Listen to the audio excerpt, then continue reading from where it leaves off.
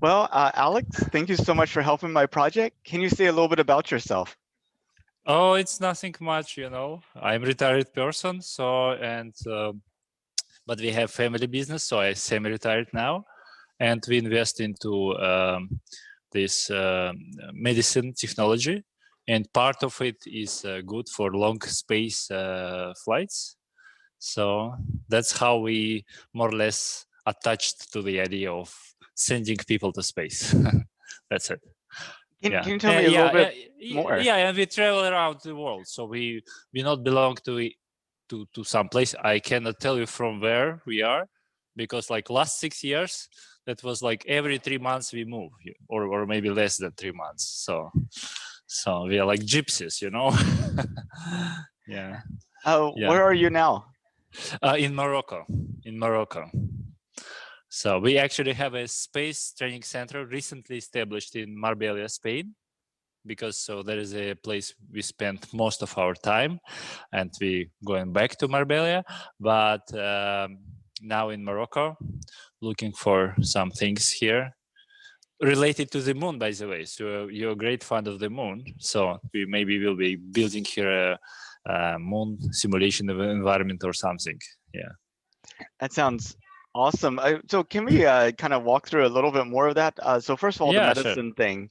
Yeah. So can you talk about this medicine that Yeah. how it would apply to space flight? Yeah, it's very simple. So it's new and old. New is AI, and old is a technology from one German doctor who was born in Russia but lives in Spain. Long story, but I made it short. So, and he, like 20 years ago, he started to work with astronauts. At that time, I think that was Russians, but so never mind. And by the way, his client is #1 astronaut in Russia who commands all the all the crewed flight now. His name is Sergei Krikalev. So, and now he's my family doctor, this guy from Spain. And that's how, so story starts. And I met him because I was in skydiving and motorbike racing. And I inherited 2 sport injuries, one from skydiving and the other from motorbike. So, and I need to see a doctor and work on myself. But he also receiving a high top level guys like, this Novak Djokovic, tennis player, #1 or second, I don't know, in the world. He is his doctor. So he can make body very strong. And to put it simple, this postural musculature, he's preparing, he's make what we call it, he makes superhumans and sells them, to sports, to governments, and we hope to space industry. That's how.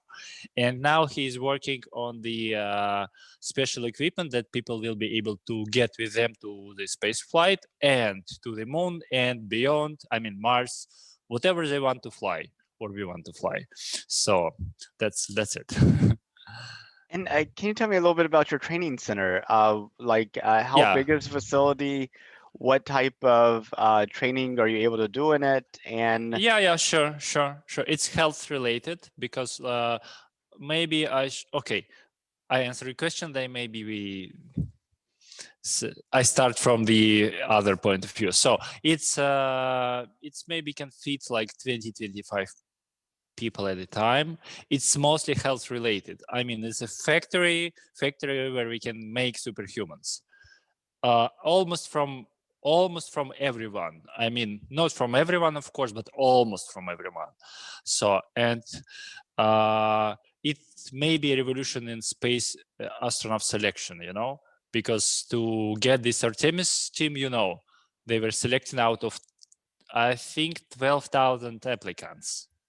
And that was a lot of money spent but now we can pick me, we can pick you, put to the center for 1 year or 1.5 years, and then we will be maybe the most healthiest people on the earth. And it will be a good reason to send us.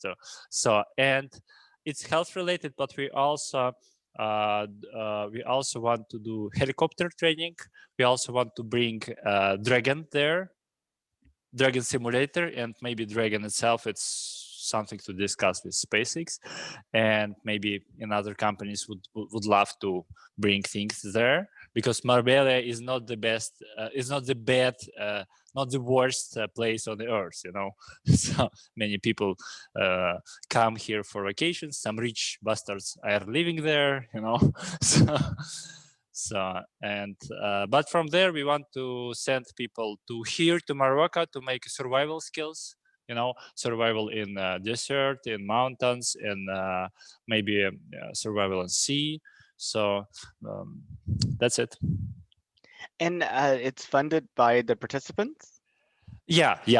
It's funded by we don't claim it like business, because if you send application, you only pay €1.53.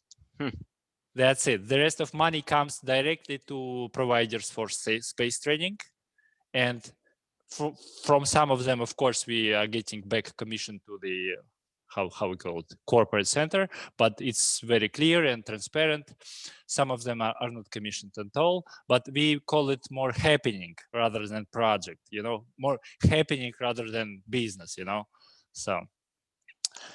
And can you talk about your visions for lunar simulation in Morocco? Yeah. It's very simple, because we are looking for a location where there's nothing, only rocks, and maybe a little bit of sand, and it will be like people come here, they have nothing, and they need to, of course, they have something with them. Of course, it will be a little shelter or a simulation of, I don't know, capsula or the spaceship, but it's nothing, you know. It's very simple to start. They start with nothing, and they just need to do some things. I mean, to be able to live in extreme environments. So it's more, how to say, psychological training than technical. We don't want them to walk in spacesuits here, at least at the very beginning, you know, because to bring spacesuits and all the things that are complicated. So, but we want to start with very simple thing, and then let these people create like moon base or something. By the way, same thing will be in Himalayas in India. Yeah, because they have a much more severe environment there. In some areas there are much more cold environments, you know, much more isolated.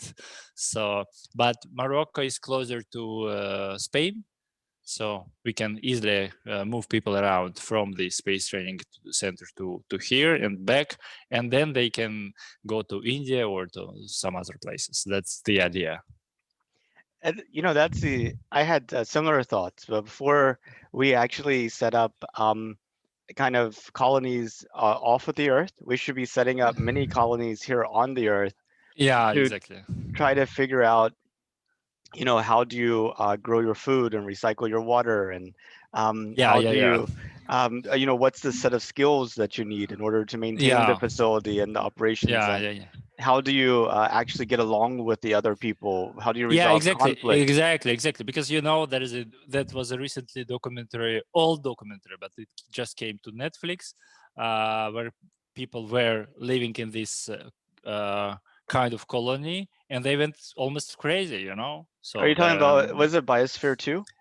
I don't know. I have to find out. Maybe I send it later to you, Oh, because okay. it was a simulation of environment, and they went not crazy. I mean, not literally crazy, but that was something really weird about them. So yeah, you're absolutely right. So to not to kill people there on the moon or on Mars, of course, it will be an enormous amount of simulation here. Enormous. And people should be very well prepared. Like, we call them superhumans. Whoever we send to the moon or to Mars, he or her will be superhuman at first. Then he or her can go to Mars. Yeah. But I feel like these facilities should be like real communities, not places where people visit for a few weeks or months, but where they actually live. Yeah, exactly. It must be like this. Yeah.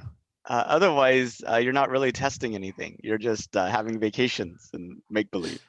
Not really, not really. Because like we are working with real astronauts in our project, and they are telling us a lot of stories. So believe me, even like you and me, like how to say, average person or normal people who used to have a hot water every day, even for us coming to this extreme environment is quite good. I mean, it will be a lot of lessons from there, So I mean, it's not just vacations. But also, I was thinking these facilities, should also be understanding the environment in which they're in and learning how to actually go and retrieve the resources and create Yeah, stuff yeah, from the yeah, surrounding environment, like the one in the Himalayas, how to go and yeah, yeah, found different materials and actually make yeah, yeah, things. The yeah, facility should be expanding organically. yeah, yeah. Exactly. And it will be a lot of fun. I'm totally sure. And so, how did you get into this? What That what? was very simple. I was like in every sport, like skydiving and things, and then base jumping, and then motorbike, and so. And that was always a question: what's Zen? And I was in business. I was in financial control and supervision of natural monopolies. My part was IT, which is more or less valued good recent times. So, and I was thinking of going to space myself, just like a tourist at the beginning. So then I was working mostly in Russia at that time, and I was started to visit a star city. They have a star city, like dedicated space where they train astronauts. So I was going like more often there, talk to people, and taking some little courses like centrifuge, and started to learn how these things are working. So, and then made friends, and then we were talking, and then we decided not to go. I should not go like a tourist. Instead, we better wait then more ships will ready to fly, and then we create like kind of team. We call it United Space Team, like people from all around the world, and we make a change in a space prep. I mean, we pay from our pockets for space training, but we expect to get paid when we get back from a successful mission. So that's how we'd like to help to not only to NASA but also to rest of the space agencies to save money on people selection and training, so, and also to have more fun. I mean, it's much more fun if you go like a professional than if you go like a tourist to space. Oh, yeah. I mean, you should be able to make the most out of your experience to contribute. You should Yeah, be able to yeah, contribute. exactly. Um, so let's see. You said you did IT. It did like Yeah. programming or application development or. Well. Of course, I was like my personal experience was like I was a programmer myself in bank like 20 something 5 years ago. So, but then I was working in US in Chicago. That was private company, but it was located in Federal Reserve Bank system, so LaSalle Street. So that was a lot of new experience to me. Then I was working for Swedish company, and they put me to the project in Russia for for financial control and supervision of financial monopolies. So, and I ended up with my own business in this area. So, but that was I was working like a founder and like CEO a few years, but I also did all the architecture of all this all this thing. Um, so how about the languages at the astronaut training center? Is it English, English, Spanish? English, because current astronauts they must know two languages, Russian and English, and we are saying no, English only. Well, No need to know. Yeah, no need. at, Unfortunately. at some point it'd be English and Chinese. Yes, maybe, but Chinese is hard to learn. I would prefer English and Sanskrit. Yeah. Because NASA they have a Sanskrit department. No, I didn't know And this. Tell me more. yeah. Well, I have to find out more before I tell you, because I actually going to meet them next time I will be in US, and talk to, because I know a little bit of Sanskrit. I was taking classes last maybe 5 years, but so I really love Sanskrit. So because it's beautiful language, it's much more developed than the rest of the languages exist. So, and for some reason they picked Sanskrit to put it in the computer, and they want computer to be able to work on a Sanskrit. I don't know, it's my guess, but maybe it's related to AI, because Sanskrit is perfect language, and to make to be able to communicate with the computer, language is very important, right? But in Sanskrit is very precise. I mean, there is no second meaning, or how to put it in words, I don't know. I mean, it's beautiful language. Maybe that's why they picked, but I have to find out more. Maybe I talk to them and I back to you. That's another topic.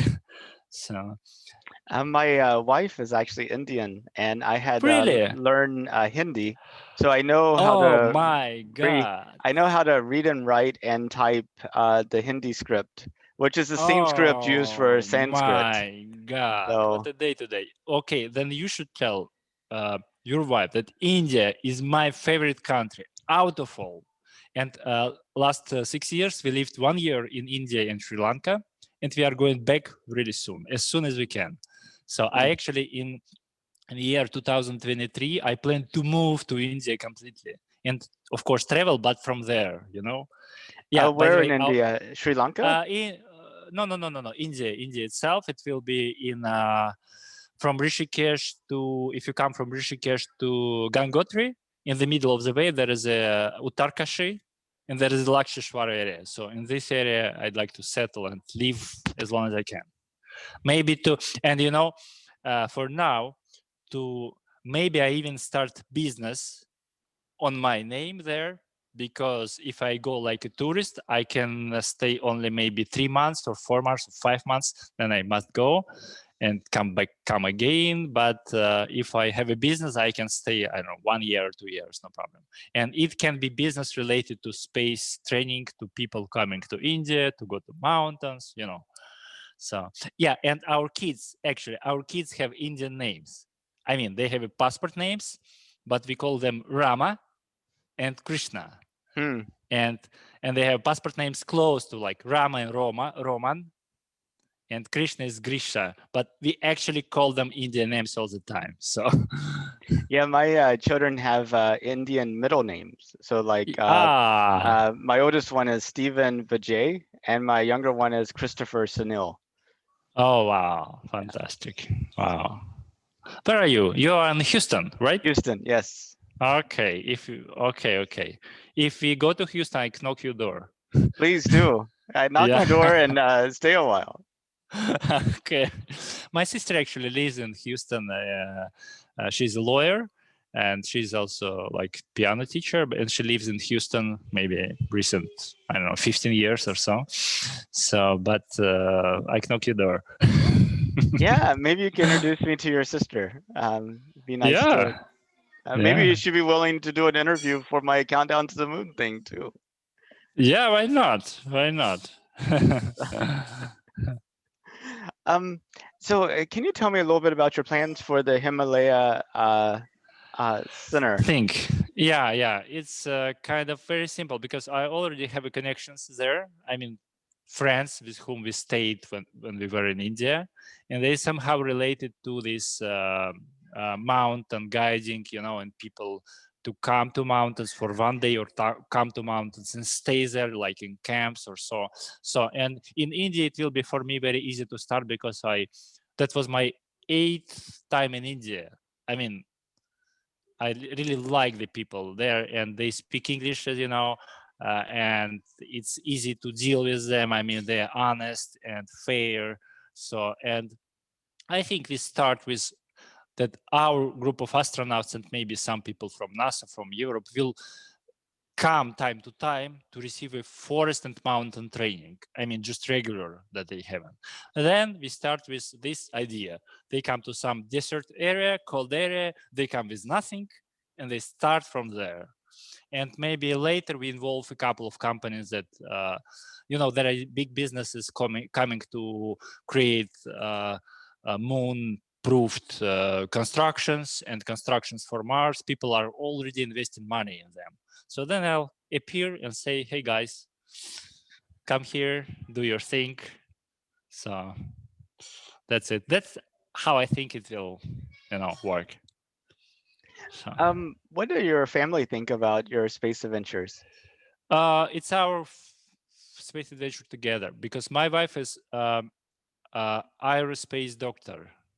Okay. She's from the industry, and kids, they will receive a part of space training. I hope go to space someday. So, and my wife and myself, we are going to space. I mean, not to the moon, but to the orbit at least. And she goes first. It's funny, I went on one of those zero-G flights where you did a hyperbolic flight. Oh wow, yeah. With my two sons, and my wife was supposed to go too, but she decided not to. She's told me somebody has to live. Yeah, exactly. That's how we do.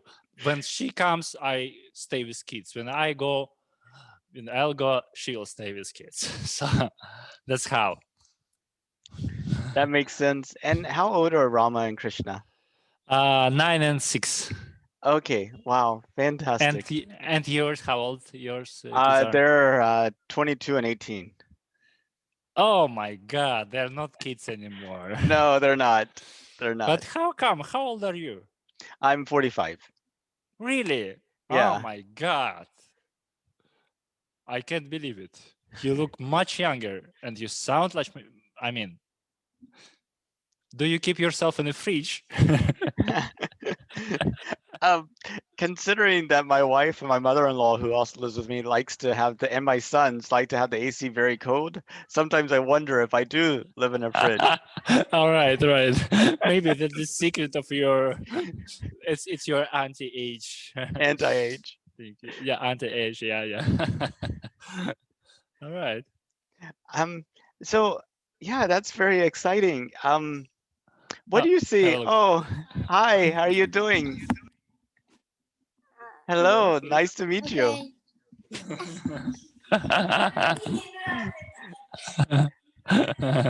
Is that Krishna? Rama. Rama. A little one. Yeah. That is fantastic. Yeah. Yeah, my family is not so into space. You know the story, the Spanish novel, let's see, Don Quixote? Yes, of course. Yes. So I feel a little bit like him with respect to space. Yeah. Why? Because it's become like an absorbing topic for me. And, I've. Yeah, I got it because I saw you tweets, then I saw you a couple of websites. This Northern Houston thing. Space Society, yeah. So Mr. President, it's an honor to meet you. So, and I just found it. And by the way, I really like after you saw our website, how you put it. I mean, your pitch was excellent. That's what I was telling to our team. That's how people should make pitch of our thing. I mean, the leaderboard and space training. So, but it's really a good concept, right? Because you almost can do it like pyramid schemes have bad meanings, but yeah. But you have the participants all training for that top space, and they're contributing to the ticket for the top few people to go to space. Yeah, and so exactly. The more people you get, the more opportunity there are, and also the harder it is to get in that top space. Yeah, but it's the ticket itself, it will be bought by a space agency, not by our people. We don't buy a ticket. Let me tell again the concept. So we pay from our pockets for space training, and at the same time we redesigning space training. We putting costs down right now, and hopefully together with the rest of industry. To be honest, we already talking to Axiom Space. We are talking to SpaceX itself, and maybe more people will be joining us. And I think I'll be talking to Jim soon, former NASA administrator. He just recently took a chair in some company in Oklahoma. So Acorn. Yeah, exactly. The military, private, or semi-military. So, and we think cost will go down. We pay from our pockets. Then NASA, European Space Agency, Japanese guys and Indian guys, they will hire us. They'll get us to the contract. So we don't buy a ticket. We pay for training. System will rank us, like health-wise, professional-wise, and then they pick us for contract. They send us to space and they pay us. And still, for them financially, this idea will be more good because they save money on training. They don't pay for training. They don't pay for selection. That's the idea. And as of pyramid thing, we designed that people who come to our group, they must be, U, H, and W, which means people with big pockets, big wallets. I mean, they private capital must be up from $20 million. So, but in first group, 12 people will be just anyone, not necessarily to. I mean, you can be one of them. Next group it will be 24. Next group it will be 48. And so on so forth. I mean, that's how we designed the thing. And these people help only to pay for space training, because yes, we are working on that to push the cost down, but it's still a little bit expensive. I mean, it's so that's how it works. So what you're talking about may be the way of the future, but the way of the present is astronauts are very prestigious. It's not like a database administrator or a programmer. Who a country selects as an astronaut is more than just training them, right? It's yeah. You're absolutely right. Except one thing, it's not future, it's happening now. Because now we are booking 2 our first missions, October 2023 and April 2024. It will be 4 people and 4 people. 8 people from our groups are coming. It can be database administrator, it can be waitress in the restaurant. It can be it can be you. So tell me, make me believe it. I just made. But you said the companies will pay for the trip and for the astronaut. Who would actually pay in this case for the 2023 one? It's our dedicated missions. 2023 and 2024, it's our dedicated mission. We pay from our project, but it's not money from people. It's our own family money. So, but that would be like close to $250 million to send 4 people. Yeah. Maybe more. We don't know, because we are sending also medical equipment and things. I mean, that's from where we started. We invest into medical things, and these dedicated missions, the goal is to prove a basket of technology, because we our plan is to send to the orbit for first mission is at least 50 days. Second mission is at least 90 days, but maybe more. We are going to say the basic equipment to see how it works. And we are collecting some more things. I mean, things are not in mainstream, but maybe like add-ons, like more things to, I mean, as far as we go up, maybe we pick something else and see how it works. That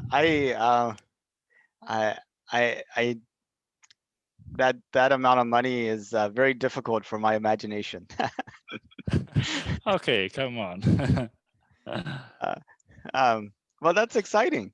So you're talking to Axiom and to SpaceX. SpaceX, yes. Yeah. So and we think too it will be. Of course, we're talking to Russians, but not to Russian agency, because we don't work with Russians now. We think it will be later, like maybe year 2024. Now we work with USA, with European Union, and with India. That's when we work like a agency-wide or country-wide. But of course, we are talking to individuals from all around the world, And I have Russian friends, Russian astronauts, and one of them is my partner in this project, famous astronaut Sergei Volkov. He is son of another famous astronaut, so Mr. Alexander Volkov. So, and he is just, he was the youngest commander on the International Space Station. He was only 35 years old when he was taking stations under his control, So, and he's a nice guy. That's amazing. I should ask your opinion on two other projects that I know about. Dear Moon, the one where the Japanese billionaire is planning to take 7 to 9 artists around the moon. What do you know and think about that? I think we should talk to him because I deeply respect his self-dedication, and I saw an interview with him recently when that was two of them, Mr. Musk and him and this Japanese person, and I really like him. And I just talked to my people that I should meet him and talk with him. Fantastic person. That's great. Do you think it actually happened in 2023? I don't know. I hope so, because if it will happen in year 2023, maybe our flight will be not with Dragon, but with Starship. Because and today's a big day for Starship, right? SN9 test flight. Not tomorrow. I think it's today, according to their website, Thursday. Okay, I'll see. I mean, because they were changing, but of course we expect it. Well, they actually have something on the SpaceX website about the test flight. This is like the first time that they've actually had I see. and it like explains the test flight and everything and talks about being Thursday. So, and they're going to live stream it. SpaceX itself is going to live stream this test flight. Yeah, cool. So, it's a big day. Yeah, big day. Hopefully it ends with a vehicle that they can test again. Yeah, hope so. The other one was Space Hero. Have you heard of this? Yeah, but I heard it from you. Oh, from me. Okay.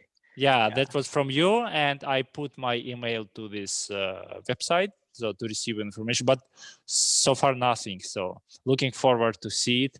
Maybe we can somehow help them and facilitate, because so we have at least new space or future space training program, and maybe they'll be wanting to get one of our persons to their project. I don't know, but I'd love to talk with these guys.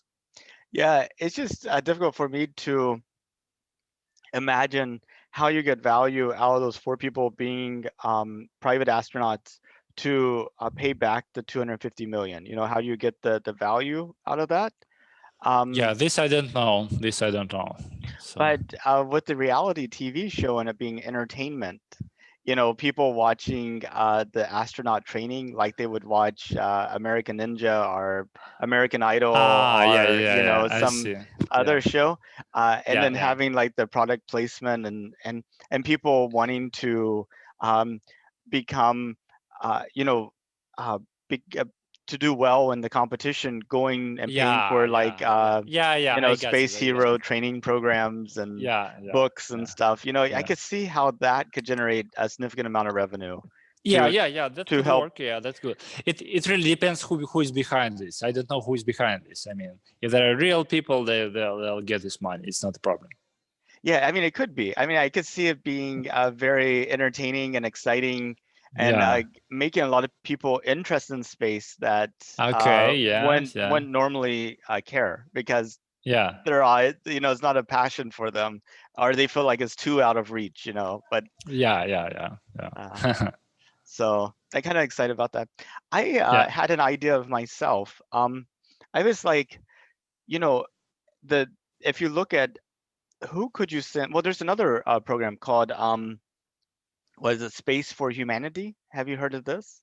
No, I should check it out. Yeah, Space for Humanity wants to send private citizens to space from like communities that it would have a high impact on. To help give them the help excite them about the vision of humanity, All right. and kind of our place in space and things like this. Interesting. This I should check. Thank you. Yeah. But I also had an idea. High school, which is grades 9 through 12 here in the U.S. So the kids would be like 14 to 18. So that's like the age range for the kids in high school. I was thinking, what if we actually took a high school student and made them into an astronaut and then put them back in their high school? And my thinking was that good idea. this would have a good effect, because like these students have been with their peers for 10 years or so. And if you were ever going to have the hope of sharing an experience that was unique, these would be the group of people that would be able to be most likely, I think, to be able to share that experience in a meaningful way with their peers. Very wise. Yeah, and also they have a lot of free time, and they're trying to figure out what to do with their lives. So exactly. if you could take a high schooler and send them to space from every high school, I think our future in space would be secured. It'd just be a matter of time.